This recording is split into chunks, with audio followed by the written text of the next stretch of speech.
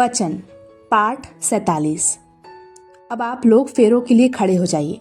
पंडित जी कहते हैं तो अद्विक और वेदिका अपनी अपनी जगह पर खड़े हो जाते हैं। पंडित जी मंत्रोच्चार शुरू करते हैं, तभी अद्विक उन्हें रोकते हुए कहता है, रुक जाइए पंडित जी।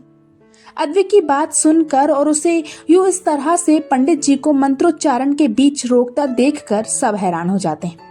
वहीं वेदिका अद्विक की तरफ देखकर ये समझने की कोशिश करने लगती है कि आखिर अद्विक ने पंडित जी को रोका क्यों। क्या उसका मन बदल गया है? क्या वो उससे शादी नहीं करना चाहता? अगर ऐसा था तो फिर वो पहले क्यों तैयार हुआ? ऐसे ना जाने कितने सारे सवाल वेदिका के दिमाग में आ जा रहे थे। उसकी आंखें नम हो चली थी। वो अपने आंसू किसी को दिखाना नहीं चाहती थी, इसीलिए उसने अपना सर नीचे कर लिया था। कितनी खुश थी वो, हालांकि डर भी रही थी, मगर फिर भी एक नई जिंदगी के बारे में सोचकर कहीं ना कहीं दिल में सुकून था। मगर ये क्या, खुशियों ने उसकी जिंदगी में दस्तक देने से पहले ही अपना रास्ता बदल लिया। क्या हुआ अद्विक, तुमने पंडित जी को रोका क्यों? आस्था जी अद्विक को देखकर पूछती हैं तो अद्विक उन्हें एक नजर देखकर पंडित जी से कहता है, पंडित जी, मैं वेदू से शादी अपने वचनों पर करना चाहता हूँ। अद्विक का इतना कहना था कि सब असमंजस से उसकी तरफ देखने लगते हैं।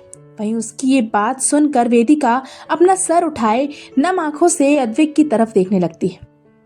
अपने वचन? क्या इसका मतलब अद्विक इस शादी से पीछे नहीं हट रहा? वो अब भी उससे शादी करेगा? अद्विक की बात सुनकर वेदिका अपने मन में खुद से कहती है। वहीं अद्विक वेदिका को देखकर कहता है, वेदू, शादी तो सब इन वचनों पर करते हैं, जिनमें से कुछ इन वचनों को निभाते हैं और कुछ इन्हें महज शादी की विधि समझकर भूल जाते हैं। मगर मैं ऐसा नहीं चाहता। मैं शादी में तुझे अपने कुछ वचन देना चाहता हूँ। क्या तू मेरे दिए वचनों पर शादी करेगी? ये क्या बोल रहे हो बेटा, शादी ऐसे थोड़ी होती है। अद्विक की बात सुनकर देवेंद्र जी कहते हैं तो अद्विक मुस्कुराते हुए कहता है, जानता हूँ डैड, लेकिन फिर भी मैं ये करना चाहता हूँ। मायने ये नहीं रखता कि शादी में क्या वचन दिए गए हैं, मायने ये रखता है कि शादी में दिए गए वो वचन कितने निभाए गए हैं। अगर तुम अपने वचन निभा सकते हो तो इस बदलाव में कोई बुराई नहीं है। इतनी देर से शांत देवयानी जी अद्विक की बात सुनकर कहती है, मैं अपने वचन पूरे दिल से निभाऊंगा दादी माँ। अद्विक देवयानी जी को देखकर कहता है और वेदिका का हाथ थाम कर कहता है, चल। अद्विक की बात सुनकर वेदिका नम आंखों से अद्विक के साथ साथ चल पड़ती है और दोनों उस हवन कुंड के चारों ओर चक्कर लगाकर फेरे लेने लगते हैं। पहला वचन, आज से और अभी से मैं अपना ये हाथ कभी नहीं छोड़ूंगा। चाहे कैसी भी सिचुएशन हो, तेरा ये अद्विक हमेशा तेरे साथ होगा। अद्विक पहला फेरा पूरा करते हुए वेदिका को अपना पहला वचन देता है। अद्विक की बात सुनकर वेदिका नम आंखों से एकटक उसे देखने लगती है। तभी अद्विक वेदिका का हाथ थामे दूसरा फेरा शुरू कर देता है। मेरा दूसरा वचन, आज से और अभी से तेरे सारे दुख खत्म होते हैं। बहुत सह चुकी है तू, अब तेरी जिंदगी में सिर्फ खुशियां होंगी। तेरे होठों पर मुस्कुराहट लाने के लिए मुझसे जो बन पड़ेगा मैं करूंगा। अद्विक दूसरा फेरा पूरा करते हुए कहता है।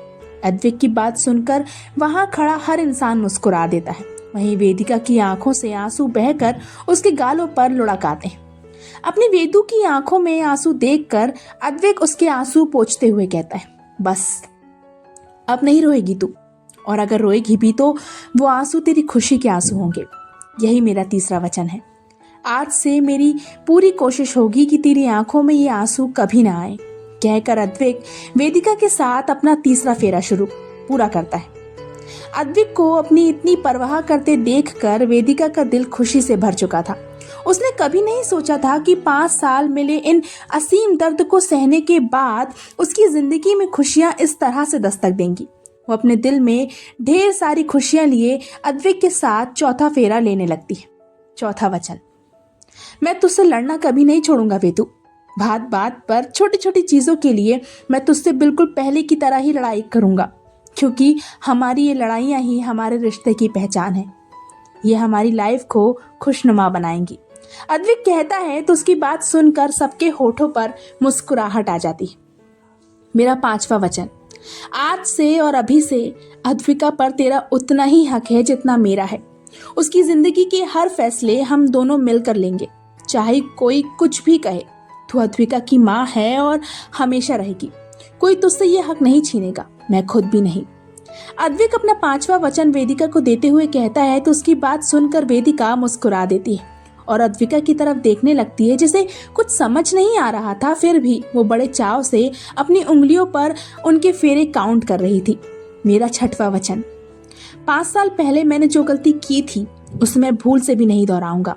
आगे से कोई भी फैसला यूं ही जल्दबाजी में नहीं लूंगा। हमारे रिश्ते के हर फैसले में तेरी राय शामिल होगी। अद्विक कहता है तो वेदिका मुस्कुराते हुए उसके साथ 6वां फेरा पूरा करती है। 7वां और आखिरी वचन। ये शादी तब तक आगे नहीं बढ़ेगी जब तक तू ना चाहे। इस रिश्ते में मैं अपने पति होने का हक तब तक नहीं जताऊंगा जब तक तेरी मर्जी ना हो। हमारा ये रिश्ता तभी आगे बढ़ेगा वेदू जब तू चाहेगी, और मेरी जिंदगी में तेरे अलावा कोई दूसरी औरत नहीं होगी। आज से अद्विक सिर्फ वेदिका का है और वेदिका सिर्फ अद्विक की। अद्विक कहता है तो उसकी आखिरी लाइन सुनकर वेदिका का दिल जोरों से धड़क उठता है। सांसें तेज हो जाती हैं और पेट में मानो तितलियां उड़ने लगती हैं। कितना सुकून था इस वाक्य में। अद्विक सिर्फ वेदिका का है और वेदिका सिर्फ अद्विक की। न जाने कितनी बार वेदिका ने इस वाक्य को अपने दिमाग में दोहरा लिया था, और जितनी बार भी वो इस बारे में सोचती, हर बार एक नया सा एहसास महसूस होता। वो शायद इसी वाक्य में खोई रहती अगर पंडित जी की आवाज उसके कानों पर ना पड़ती। फेरे पूरे हुए, अब आप दोनों अपनी जगह पर बैठ जाइए। पंडित जी कहते हैं तो अद्विक और वेदिका बैठ जाते हैं। अब मंगलसूत्र पहनाइए। पंडित जी थाल आगे बढ़ाते हुए कहते हैं तो अद्विक थाल में से मंगलसूत्र उठाकर वेदिका को पहना देता है। अब वधू की मांग में सिंदूर भरिए। पंडित जी कहते हैं तो अद्विक थाल में से सिंदूर उठाकर वेदिका की मांग में भर देता है, जिसके साथ ही वेदिका की आंखें अपने आप बंद हो जाती हैं। आज से आप दोनों पति पत्नी हुए। पंडित जी कहते हैं तो उनके ये शब्द सुनकर वेदिका अपनी आंखें खोले अद्विक की तरफ देखने लगती है, जो खुद भी उसे ही देख रहा था। पति पत्नी, कितने प्यारे शब्द थे ये। इन्हें सुनकर दोनों का ही दिल अजीब तरह से धड़क रहा था। दिल को सुकून सा मिल रहा था, मानो जैसे सब कुछ ठीक हो गया हो, पुरानी एक आरज़ू पूरी हो गई हो। 5 साल का वो दुख दर्द कहीं गायब हो गया हो। दोनों एक दूसरे में खोए बस एक दूसरे को ही देख रहे थे, मानो जैसे आंखों ही आंखों से ना जाने कितनी सारी बातें कर बैठे हों। किसी से कोई मतलब नहीं था, कोई क्या कर रहा है, क्या कह रहा है, कोई खबर नहीं थी।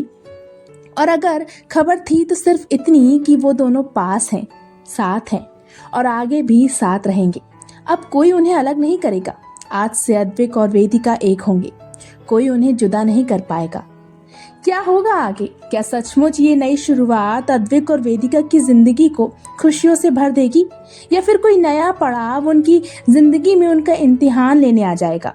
जानने के लिए पढ़ते रहिए आरज़ू तेरे प्यार की जारी है। तो चलिए, आज की ये कहानी यही समाप्त होती है। उम्मीद है अगला पार्ट आप लोगों को और भी ज्यादा पसंद आएगा। प्लीज मुझे सब्सक्राइब कीजिए, वीडियो को लाइक कीजिए, शेयर कीजिए और कमेंट करके जरूर बताइए कि ये स्टोरी आप लोगों को कैसी लग रही है। Bye bye.